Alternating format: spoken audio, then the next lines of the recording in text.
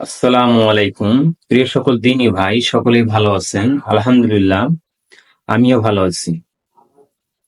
আমি আজকে যে বিষয় নিয়ে কথা বলবো সেটা হচ্ছে সহিহ আল বুখারীর গ্রন্থ থেকে সংক্ষিপ্ত আকারে কিছু আলোচনা করব। আজকের অধ্যায় নম্বর ৯। আজকের যে বিষয়, এই বিষয় হচ্ছে নবী সাল্লাল্লাহু আলাইহি সাল্লাম হতে বর্ণিত, যাদের নিকট হাদিস পৌঁছানো হয় তাদের মধ্যে থেকে অনেকেই আছেন শ্রোতার অপেক্ষায় অধিক জ্ঞান রাখেন। এর কারণ, আবু বকর রাদিয়াল্লাহু আনহু থেকে বর্ণিত, নবী সাল্লাল্লাহু আলাইহি সাল্লাম মিনায় তিনি তার উটের উপর বসেছিলেন। অন্য এক ব্যক্তি তার উটের রশি ধরেছিলেন।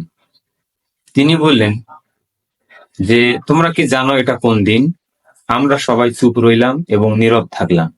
ধারণা করলাম যে অচিরে তিনি এটার একটা নাম দেবেন। তিনি বললেন, এটা হচ্ছে কুরবানির দিন। কুরবানির দিন নয়? আমরা বললাম, জি হ্যাঁ। তিনি আবার জিজ্ঞাসা করলেন, এটা কোন মাস?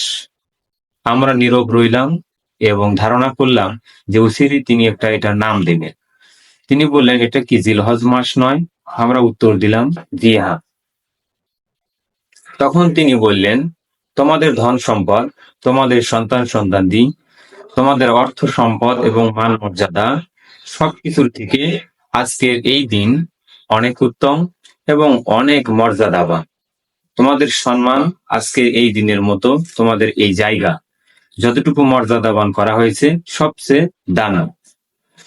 সুতরাং যে সকল দিনী ভাই, আমরা এখান থেকে বুঝতে পারলাম যে আমরা যখন নবীজির এই হাদিসগুলা শুনি, শোনার পরে আমাদের অন্তর থেকে কিছুটা জাগ্রত হওয়া দরকার।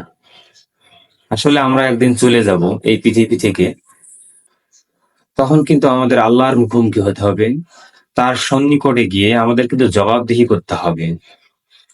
আমরা যদি সঠিকভাবে জবাব দিতে না পারি যে আমরা আসলে তার দেওয়া কিতাব, নবীজি সাল্লাল্লাহু আলাইহি ওয়াসাল্লামের দেওয়া হাদিস বা সুন্নাহ, এগুলোকে আসলে আমরা কতটুকু আঁকড়ে ধরেছিলাম, এগুলো কিন্তু আমাদের অবশ্যই জানা দরকার এবং এগুলোকে অবশ্যই আমাদেরকে জেনে শুনে বুঝে মানার দরকার।